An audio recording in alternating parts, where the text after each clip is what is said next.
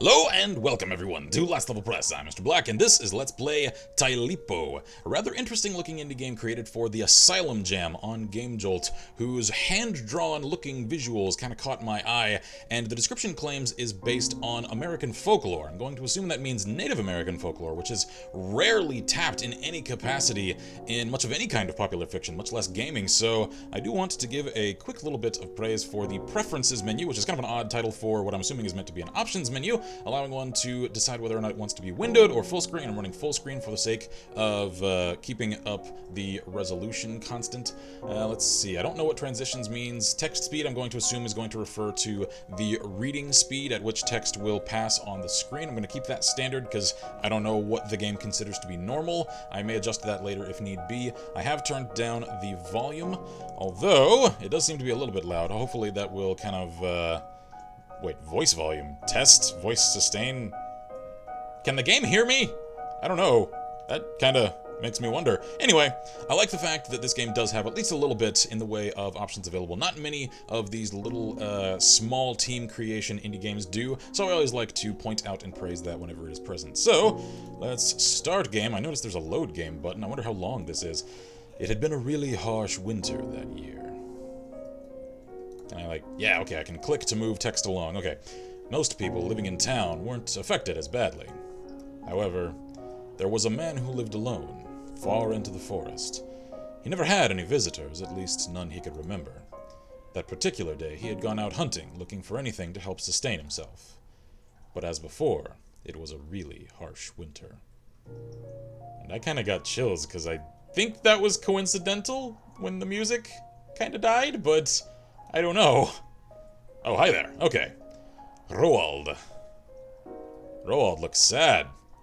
Nothing again. And really, what was he supposed to do? Oh, this is still the narrator. It's not dialogue. And Roald looks, a little hipsterish to be living out on his own in the middle of the woods. He's kind of got some nice style and emo hair going here.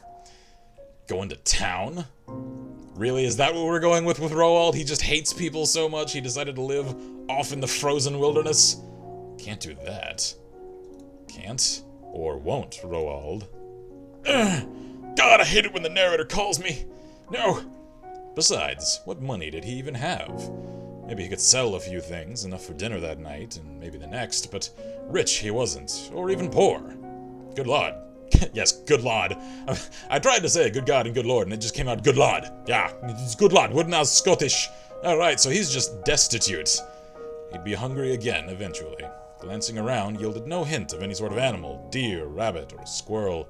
Even a moose would... no, mouse, okay, would do, because now the hunger was becoming painful. Ugh. Am I really that desperate? He knew he was. Why not admit it? No one was around, anyway. He considered going back to his home when suddenly... Suddenly he decided to duck! Quietly, he creeped forward, I believe you mean crept, and looked around. Oh, good God! It's a werefox! There, in the distance, but not out of shot, was a strange animal. As long as he'd lived, hidden there, he'd never seen anything like it. His stomach growled, and the creepy thing is staring right into my soul. Oh, he's got a gun! Aiming his gun, he prepared to fire at it. Oh, hi. Except in that moment, it looked up and stared directly at him. Only for a fraction of a moment, short enough to make him question if it had done it at all, before bolting off. Wait! Trying to run after it, he stumbled through the snow, breathing heavily. However, he eventually lost it in the snow. Damn it! But there wasn't any point in being worried about it now. It was gone, and so was his dinner. Only... scary! We're going into Skinwalker territory now. This is like Wendigo shit. Shit! It seemed that creature, whatever it was, had gotten itself temporarily caught in one of Roald's traps. Well, part of it. Oh, good lord! It severed the tail! What's... a tail? It seemed only the creature's tail had gotten caught. It must have, in its rush to get away, left it behind. Hungry. You're gonna eat this thing's tail? But was he that hungry? Good lord, man. Roald. That doesn't belong to you. Take it or leave it. I don't want to eat that thing. Like, I think we're trying to go into the territory of that thing has magical powers, and I don't want bits of it inside of me. That just seems like it would give it mystical leverage to control me and puppeteer me and lead me into town so that I can go and get close to all of the local townspeople and go and eat them. Anyway, let's just see what happens if we leave it, because I don't want to eat it. I really don't. He had no idea what that creature was, and the way it looked right at him, it was best to leave it. I agree. An hour later, he sat in his living room, regretting his decision. Are you really that hungry? His stomach just wouldn't stop growling. It was awful. Dude, if your stomach growling is the only symptom of starvation that you're experiencing, you're still fine. Just putting that out there. Eventually, he was distracted by the gnawing sensation when, out of the blue, his phone rang. You have a phone? You do not live out in the sticks if you've got a frickin' phone. Cell phone or landline or otherwise. Hello? Familiar woman. Roald? Ugh. Hey, are you okay? No, he is not. Yeah, I'm fine. Everything's fine. Oh, that's good. I know things have been tough up there. You know you can always come over, right? Yeah, of course. Okay, I'm sorry I haven't called in a while. No, it's alright. I think he's trying to get away from her. Well, I gotta go. I hate to call and get right off, but I wanted to do it while I remembered. It's okay. I didn't want to talk to you anyway. Bye. He hung up. No one had called him in a long time. Maybe. I can go visit. With that thought in his mind, he decided to go to bed. Oh my.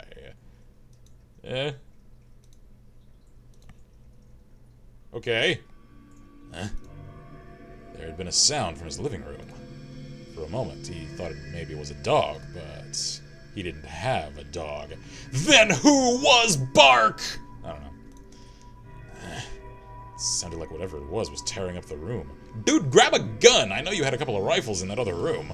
Don't tell me you don't keep one in your bedroom. Roald reached for his gun, but realized it was in his living room. Called it! I am on the ball.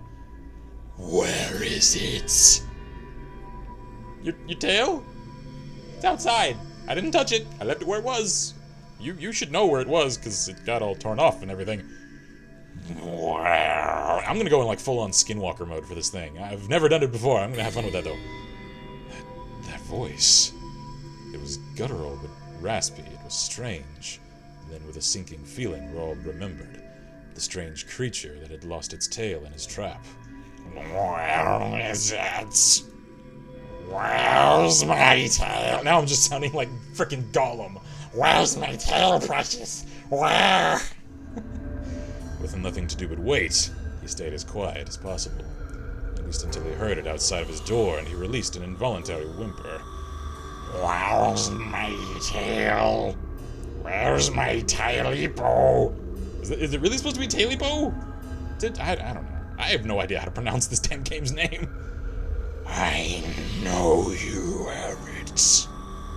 Except I don't. I left it. And why did I just hear Slenderman music? Roald closed his eyes. And he hoped and prayed and wished it'd go away. He'd even go see her if it went away. Good God, you really don't like her, do you?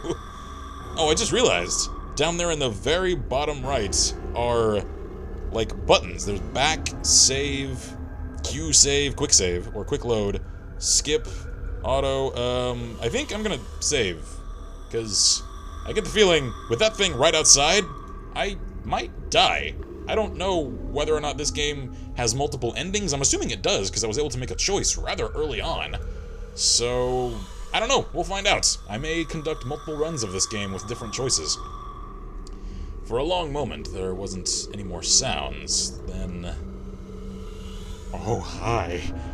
Where is it? Where is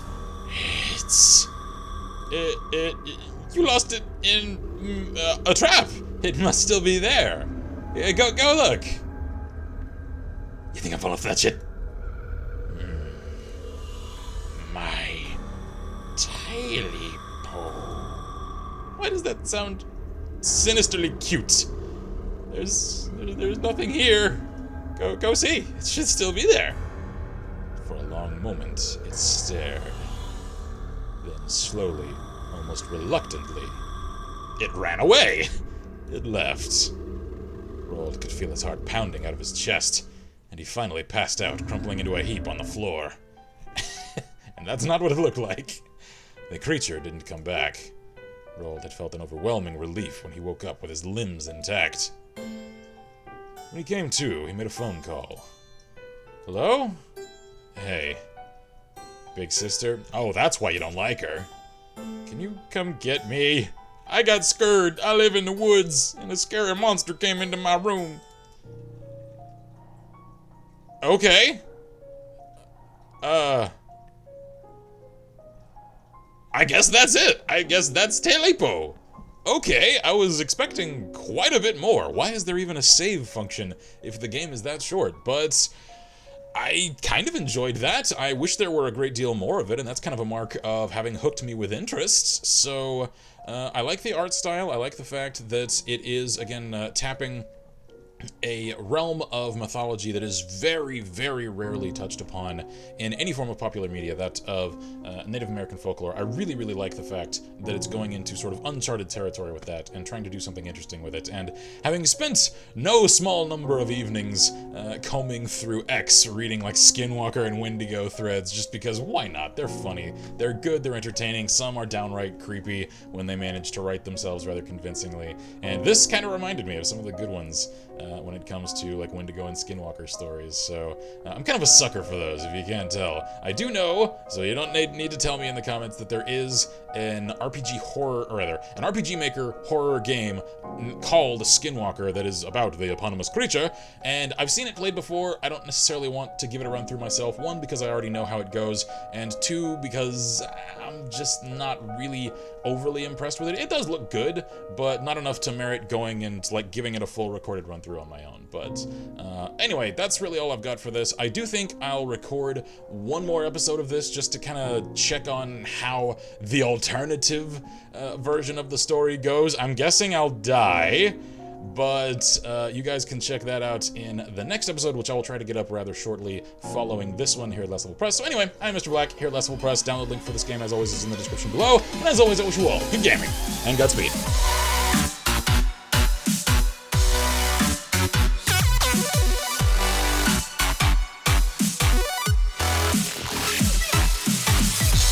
Little Unity engine flickers of color in the background are freaking me out because they look like eyes. Whoa!